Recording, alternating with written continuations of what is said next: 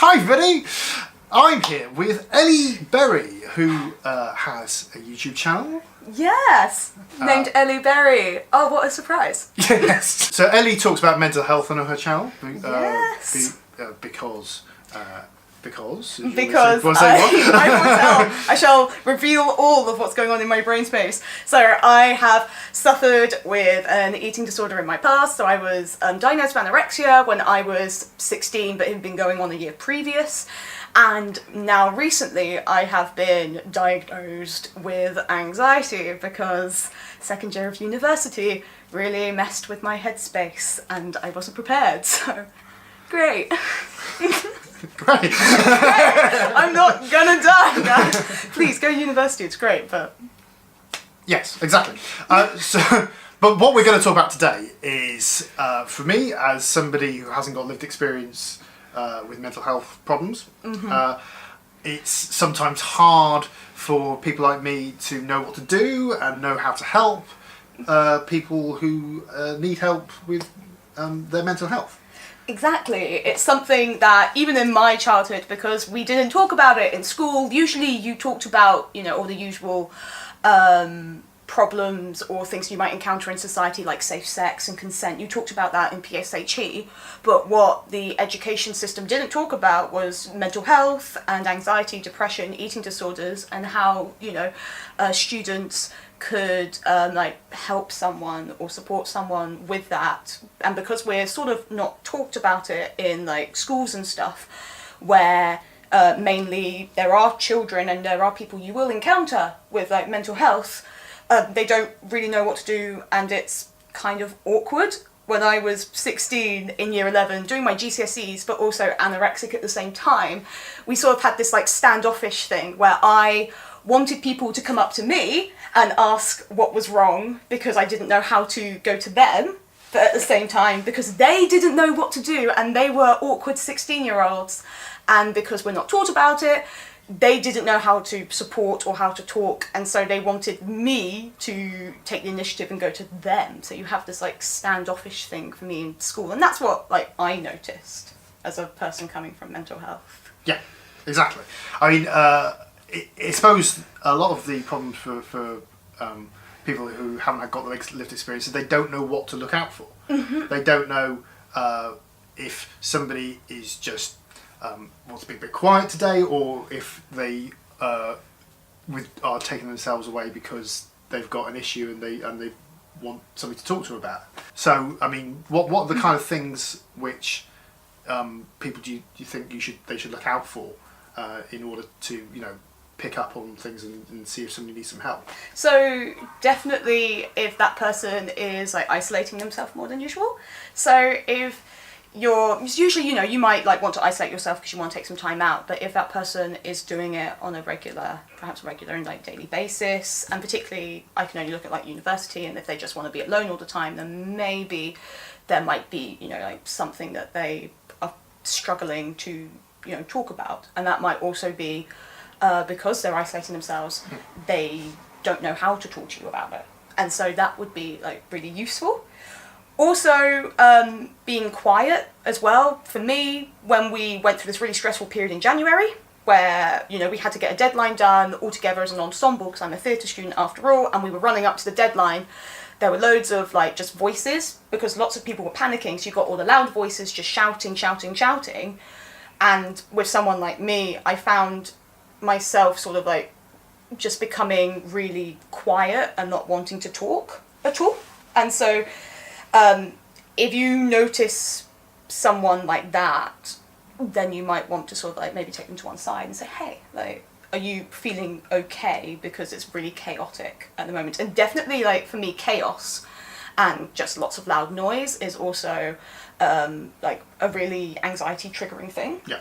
Because there's just like a lot of input and your brain definitely like doesn't know like where to go or what conversation to latch onto, which is another thing that happens because your brain says you've not been invited into a conversation. So if you're like in perhaps a a social situation and there are two conversations going on at once. I don't know if everyone else's brain does this, but it does it for me.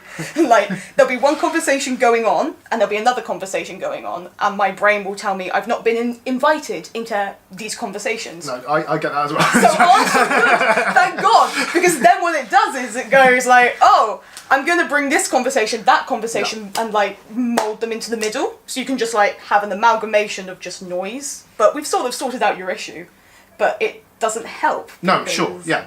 You get that. So like those types of things might be really helpful. I mean, how would you prefer somebody to approach you though? So I mean, obviously you don't want people to come, oh, you've got an issue. Oh no, you don't want to, like, if that's your first thoughts, then like just take a step back and like breathe, because I mean we're already beating ourselves up, and already there's also this idea, it's different for everyone. Remember, mental health is different for everyone, but like for me personally, I find it hard to talk about it perhaps with people because my brain is saying, you're being too dramatic. You're a theatre student, you're a drama student, like, you're an actor, you're just being dramatic, and you're just doing it for attention when, actually you're not. There's something going on, but your brain or the mental illness has already put that barrier down so that it can stay in there longer.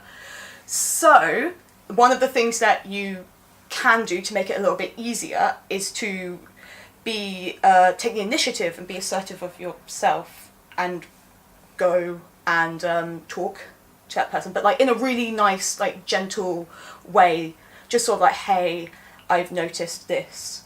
Are you feeling okay? Is there anything that you want to talk about? And just make sure that like there's no pressure to talk about it. Yeah. Don't go, oh, like, I really want you to do this. Just say there's no pressure to, like, if you don't want to, if you don't feel ready, like, don't.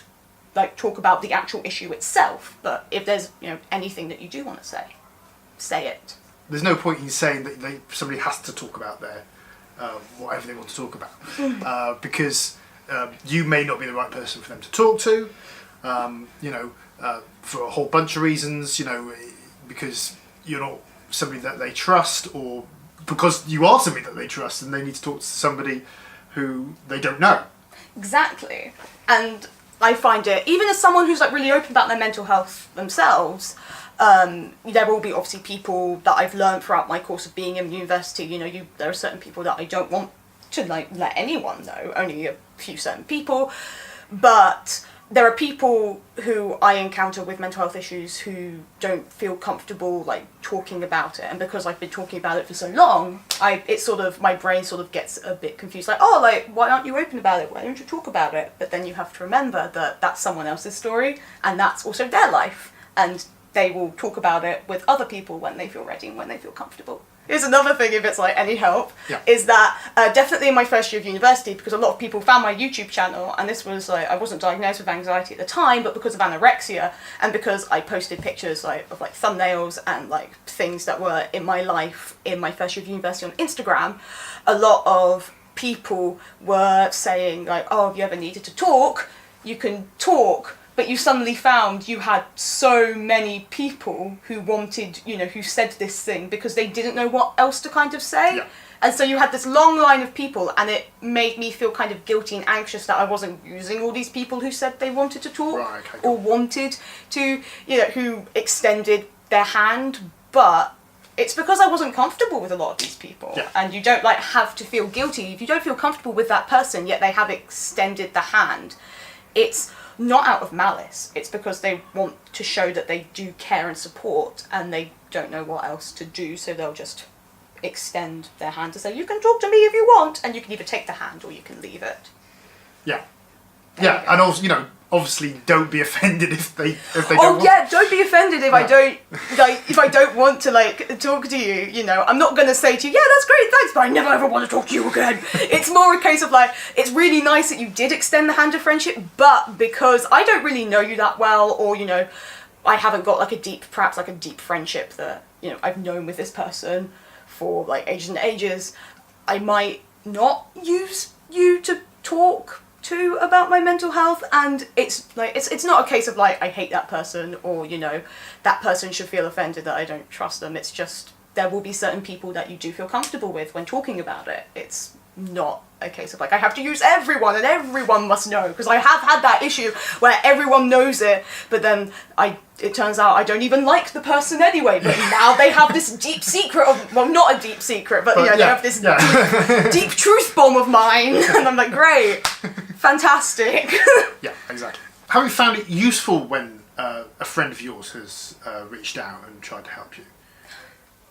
Yes. It has been sort of extremely useful when someone's has asked about me, because then my brain goes, now we can, well, I'm probably not the best way to open the floodgates, and like everything just tumbles out. Right. Because as a person, I want to like tell them like everything.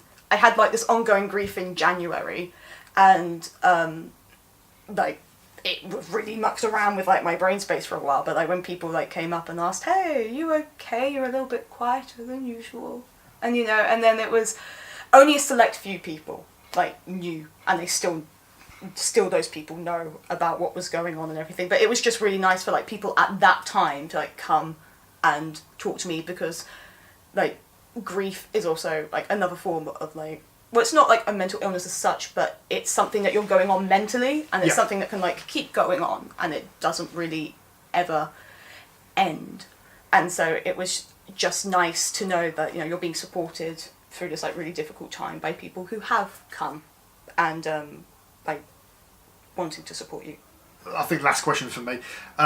Do you think that people should be more aware of other people's mental health? They should make it their own mission to find out more about the subject and be more educated about mental health? I definitely think it really helps. It helps to be more educated about mental health, because then you won't rely so heavily on stereotypes. There's a lot of stereotypes. For me, when I was going through eating disorder recovery, the stereotype for someone being anorexic is the very slim, skinny person, when actually there are a lot of fat people who actually are recovering and go through eating disorders and even go through anorexia. So if you're not relying so heavily on stereotypes and you're actually going out and finding resources on different mental health issues, and perhaps most of these articles or journals that you'll read or you'll find in your research are either written by people who have suffered from it themselves, or are people who are in like psychology under specify and are specifically in that field of mental health, and it just helps you understand more about it as a well-rounded thing, so you don't necessarily have to look at the stereotype. Yes.